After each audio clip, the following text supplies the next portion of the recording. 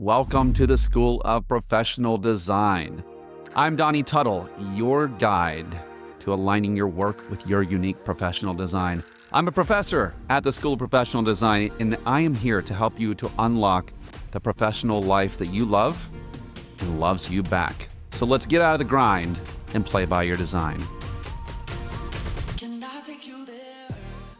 In this episode, we are going to be talking about the creator inventor. Now, they are a part of the essential personalities, the working personalities called visionaries. And we have four overarching personality types in the world of professionalism. That's visionaries, strategists, connectors, and pioneers. And the function of visionaries in companies and in societies and in just professionalism in general is to see. Visionaries see the things that no one else sees. And it's almost as if they have one hand up in heaven and their feet down here on earth, and they're stretching into the unseen, and they're bringing amazing works of art, inspired music, inventions like the iPhone or the computer or 747s. The world is always changing because we have visionaries. And we're going to be talking about right now the specific visionary called the creator. The creator, sometimes called an inventor in my world. The creator inventor is an imaginative, artistic visionary who's driven by a desire to build and to innovate. They're motivated by the need to bring new ideas and concepts to life. Often, they are using their creativity to inspire and engage others. And really, those are two words that are heavy in the creator inventor's dictionary: inspire, engage. These are the people who love to sit at the feet of other inspirers, whether it be speakers or pastors or preachers or peddlers of new and amazing ideas. The creator inventor, what they're like a chain reaction. They love to be around, and they need to be around other creator inventors, because that's actually how they are able to access almost these things that are deep within, is by connecting with others. Think back to the times when the writers would all be hung around at a coffee shop in France, or think about the founders of the United States of America hanging out in coffee shops or taverns and sharing ideas. And thus, the language of the creator, the inventor, is sparked because they function from the world of imagination. But they do it for the good of all mankind. They really see themselves as helping people by creating something that is good for all, or at least whether it is something that changes life. It could be life-changing, or it just could be something that makes people happy. Mood-changing. I mean, that's life-changing, isn't it? So they are different than the other two types of visionaries. So the three types of visionaries are creators, the magician, otherwise known as the shaman, and the innocent, otherwise known as the optimist. So the creator, magician, and innocent, they're very different. So unlike the magician, who focuses on transformation and the unseen and mystifying people, the creator really is grounded in a tangible act of creation. Creators are resourceful. They will find whatever is around them and they will make it into something new. A lot of times you've heard the phrase, take an old thing and make it new, or see an old thing in a new way. Creators, they're the ones that help us to do that. Now, they're not like the innocent. Again, I call them the optimist. They're not like the optimist who always just sees the world through a lens of simplicity and faith. The creator actually they do see the good side, but they also see the things that need fixing. And in fact, they thrive on complexity. They thrive on artistic expression. And that's that third key word for the creator. We said inspire, engage, expression is another one of those. And if a creator feels like they're in a place where they can't access their full expression, they will usually disengage, fizzle out, and hopefully they will leave. If they're not allowed to express themselves, hopefully they leave. It gets really bad for everyone if they don't. Now, they are similar to the other visionaries in that they focus on future possibilities. They are looking at things that they can innovate. They're looking at inspiring others through their ideas and actions. And I want you to think Steve Jobs, right? Everyone has seen podcasts and all kinds of stuff. I mean, this guy absolutely was a visionary, saw things that were not as though they were. In the comic book world, think Tony Stark, think Iron Man, quick-witted, quick-minded, but can assemble things from all over and always learning to make things newer and better. And of course, we can't go too deep into the world of business in talking about creators without talking about Walt Disney. I mean, this guy revolutionized cartoons, and literally before him, the simplicity of cartoons, moving just one object on the frame and constantly reusing it. It was insane the amount of innovation and ingenuity that he brought into the cartoon world. And he was an unstoppable and unrelenting force. And when his thirst couldn't be contained within the realm of what do they make film out of? Oh gosh, whatever it is that they like. I wanted to say cellophane, but it's not a cellophane. But when his creativity could not be contained in film, he decided he was going to create an entire experience, an experience that surrounded people, and thus was born Disney World, or Disneyland first, and then Disney World later. And if you walk through and you look, you will notice there is a different experience in every different place of Disney World and Disneyland. It's crazy. It seems almost normal and expected to us now, but something like that did not exist before. They had amusement parks, but he created theme parks. That all came out of his brain in the belief of what could be. And that's exactly how creators think. And again, when I say creator, think creator or think inventor. Because when I say the word creator, a lot of people will say, I don't draw, I don't paint, I don't sing, I don't create music. I'm not that creative. I used to create, but I don't anymore. Oftentimes, I do find that creators do have a past of they used to draw, they used to play music, they used to actually do something that was more conventionally connected with what we would call creativity. And you look at what they do now, and maybe it's web design, or maybe they run meetings or put together meetings. And the reality is they didn't stop creating. They just changed mediums. They started creating in a different place, and they are always looking at two things. What's possible and what do I have? I really do liken them to the idea of the John F. Kennedy, like, we will put a man on the moon in this decade. And he asked the father of modern rocketry, Wernher von Braun, he said, what will it take for us to put a man on the moon? And von Braun said, the will to do so. And that is exactly the language of these visionaries, these creators. Tendencies are they're imaginative, they're artistic, they're driven to build and innovate. They want to make new things. They are focused on bringing new ideas in life. And They're motivated by creation itself.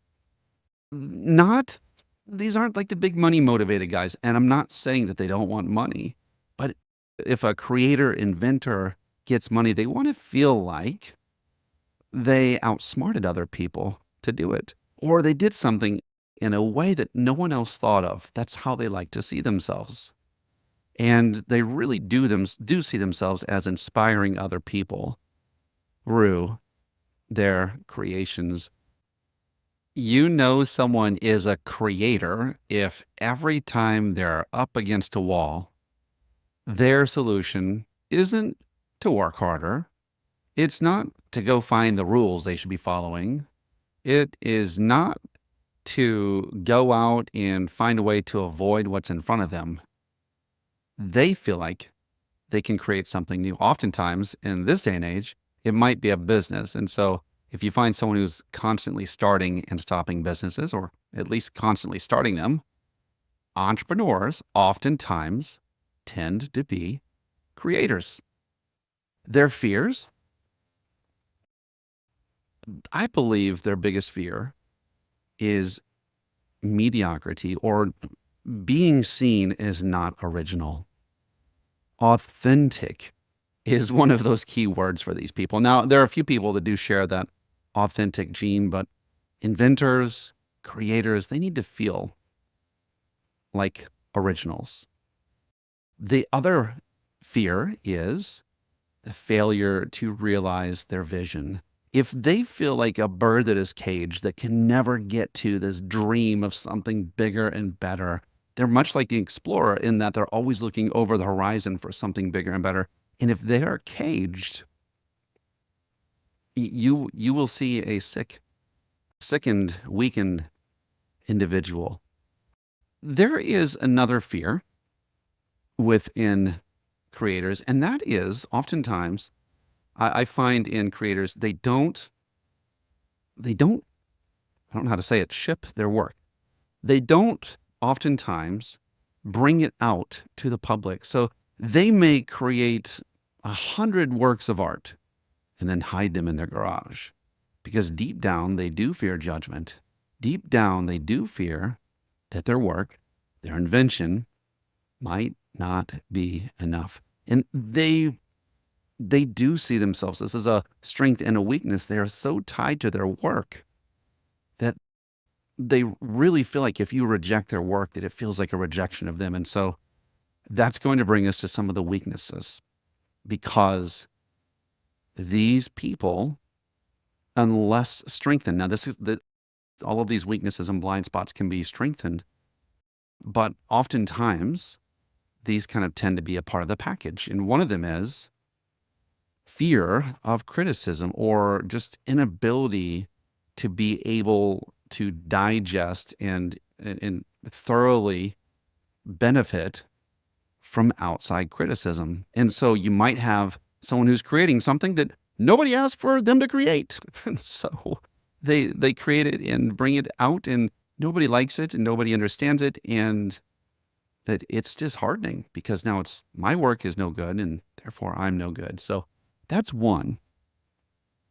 So not shipping, not bringing their work out. Another one is they can be impractical and sometimes frustrated by constraints. They want more time. They want more money. They want, like, why does it have to be this way? And so oftentimes they're seeing resources that are available that others don't see are available. Sometimes they become rule breakers for their creation. Maybe they'll buy something before it was approved of on the budget. Maybe they'll fudge a little bit. They'll do it because of the love of their creation. Okay, so you got to be in control there, creators. They also might struggle with practical implementation.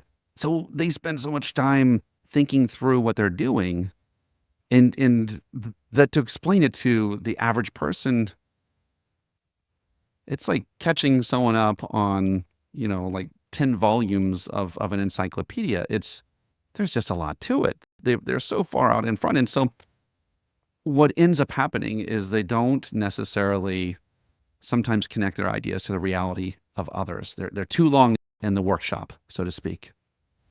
Another one is creators, inventors. They can risk becoming too focused on perfection. And again, it's that fear of being judged. And so they work on it. They make it better. They make it better. They make it better.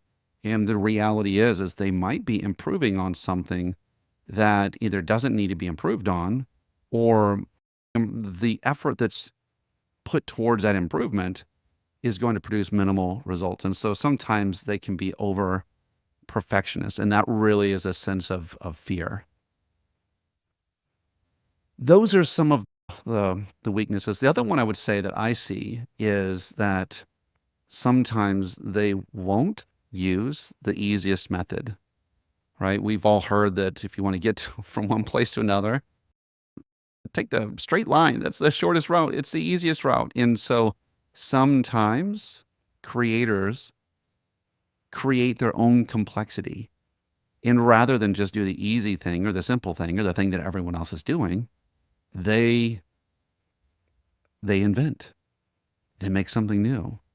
And sometimes they'll do it honestly as creative avoidance. These are one of the top creative avoiders that are out there. And by creative avoidance, that means they can look at the most important task, and rather than do it, they can fool themselves into going and inventing something or continually improving an invention that they have, thus wasting a ton of time. What I would outsource, actually, let me back up. One of the personas that I see oftentimes put on by creators, and by a persona is, it's who you act like to get acceptance. And so there are many that are out there. Oftentimes we will choose a behavior that we think could and should be rewarded, and we will get really good at that, even though it's not you.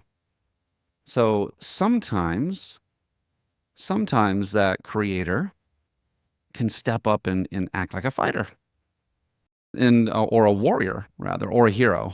I've called them different things. Definitely that hero. Sometimes they act like their invention is going to save the world, and sometimes they just really, rather than stepping fully into what it is that they are here to create, instead they'll just go fight people. They'll get angry. Another place that they can step into is they can look actually like the sage. And so the sage is, that's the nerd. That's the one that is detail oriented. And so they can step into that world. Sometimes you might mistake them for an optimist because they seem like they think everything is going to work out. But deep down, that is not true. But sometimes these guys act like the jesters. And, but again, like, just, it's a skin. Now, things that I would outsource if I was a creator, or if I was working with a creator, get them to outsource these things. First one is detail. They are really good at stepping into things and then creating a format for something to happen. Literally, like when you think of creation, you could be a creator, but with like spreadsheets. With the AI, there's so many different ways to create. So once the creator has figured out roughly the model, the goal is to now find someone else to handle those details. Otherwise, what will happen is they will suddenly start to feel like they own the work and they sit on the top of the pile of the work. And so imagine Thomas Edison, after he figured out the exact perfect filament to put inside the incandescent light bulb. Imagine him supervising the manufacturing and the making of every single light bulb. That would not only would it not be a valuable use of his time, it would drive everyone crazy. And so that's why I tell you to outsource details, especially once you have the rough figure completed, outsource detail. The other one is, I would say, create some sort of time. I don't like the word accountability, but create a structure where other people know that you are going to be done by this time. I like the idea of sometimes of saying like I'm working with a company now, and you can tell their product is not ready. They committed to probably an aggressive timeline, but it's forcing them to not sacrifice a good thing in pursuit of the perfect thing. Because in pursuit of if we don't reveal until it's perfect, sometimes it will never, ever show up. I would also, if this were a company, I love the idea of having the visionaries there, but I would definitely outsource any of the structure, any of the way that the gaining of sales and the attracting of sales that might happen. I would probably also outsource some of the probably the connector part, so that other people in the company were responsible for making people feel at home. Honestly, sometimes a creator inventor just gets in their own ideas. They don't even think about people sometimes. And then finally, the pioneers, right? The people who are out there pushing and making things happen in business. Outsource that. You don't want to do that. I've seen, let me take it back. Now that I'm thinking about it, I've actually seen some really good people in the world of sales, but who are creator inventors. But it's interesting to watch. They are not going to be a numbers people in that world. They're going to do something crazy and unique. And if you are the creator inventor and you're in the world of sales, find your crazy and use it. Okay. So the most native business functions for you is going to be in product development, of course. It's going to be in design and innovation, creative marketing and branding. Oh my gosh. Because creators are great at communicating a feeling or a message. Right? That's what we need you for. That's what we need you for. You can do all kinds of other things, but these are going to be your sweet zones. So the way that I would manage time a little bit differently, if I were you, is I already touched on the idea that you want to make sure you create the deadlines, but never have a week, if you're planning your week, or even if you're not planning your week, never have a week where you haven't given yourself time to think and brainstorm. You should have creative ways to journal. There are multiple apps on the iPhone or Android that will help you to, when you have a thought, speak it out, record it, and go back and capture that thing, because you're always got your sails up. Like sails, like on a sailboat, you always have your sails up for inspiration to flow into. And so your oxygen is going to be having that whiteboard time, that journaling time, that thinking time. And don't give yourself the rules. Just do whatever feels like brainstorming and creative thinking to you. Okay? I've heard of some companies, they try to come up with 10 new ideas every day. And that might be a good practice for you. And from that may determine what you're doing with the rest of your time. The other thing I would do is break down large projects into manageable tasks. Creators, inventors, sometimes you see the whole thing, but it's work. Give yourself deadlines for this part. Now, always look at the overall project, but know your progression and stay in your progression, and don't move until you're done.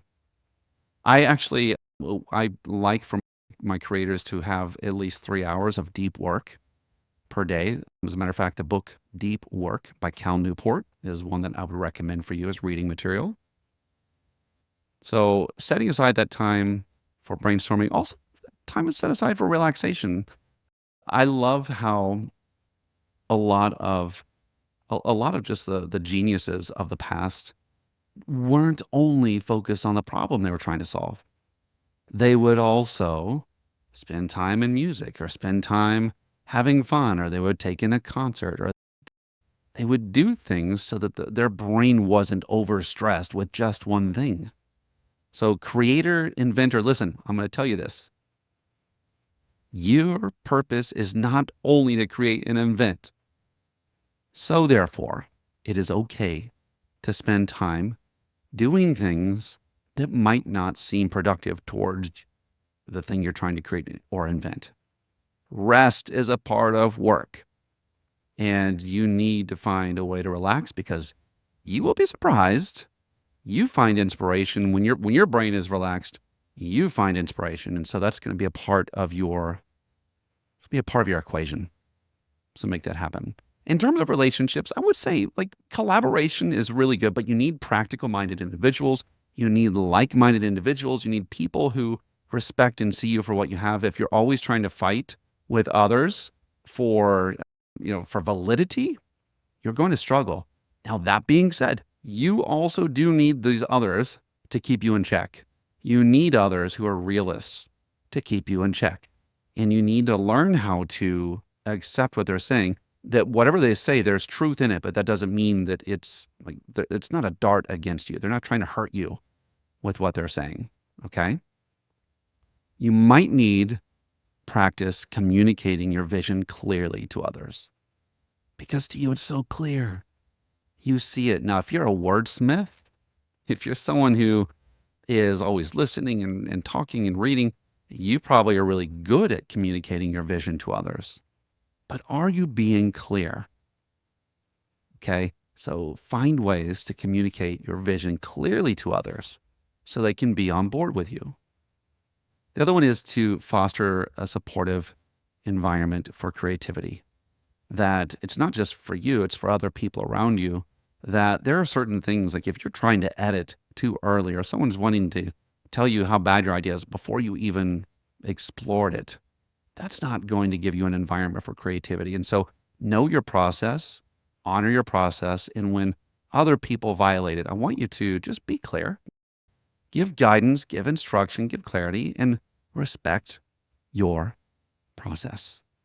If you are a manager and this is who you are, use your vision to inspire people. Use for yourself, use things like mind maps and vision boards and create a visual reminder of where you're going. The more you can see it, the more you can feel it. It's crazy. You have the ability to actually invent ways of getting there. You will find it. I would also say this. If you're a manager, come on, don't push us with unrealistic deadlines and goals. Don't do that to yourself. Don't do that to others around you. So be realistic with your deadlines and goals. I probably would get help from others on that one and ask them if it feels realistic, because usually it's probably double what you're thinking. Okay. Having creative time, again, just flexibility for processes. Don't schedule out your entire day, or you are going to feel like you're in a prison, and your most valuable thing, which is your creativity, is going to be hidden away, and you're going to get sour and bitter and mad. And you're going to say, I got to do all these things for all these people. And you will find that you are weak for the thing that you're supposed to be strong for.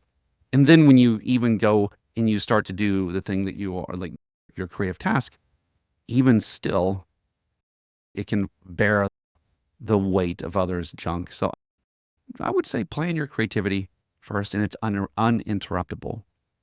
So some of the language that you should be using is like, I really just, anything that's future oriented. Imagine this one day soon, this will happen. If you are talking to your clients, talk to them about bringing their vision to life. Okay. With your employees too, right? Let's create something extraordinary together.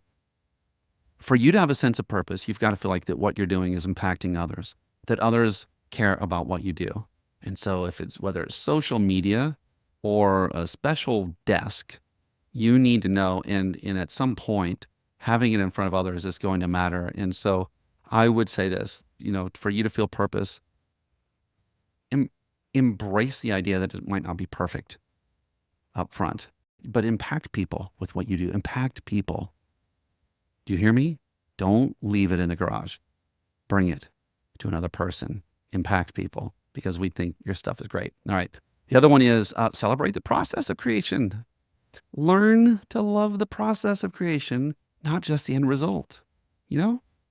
Make your room smell the way you want it to smell so you love what you're doing. Drink that special drink. Have your coffee in its special cup. Have your special drawing pencils and or paper or writing tablet or whatever it is, like literally create micro moments of joy in your process. So those are some things, involved in that. You'll want to make sure that you avoid misunderstanding, try to keep balance between creativity and practicality, and just be sure to communicate. Be sure to communicate and use the language of regular people.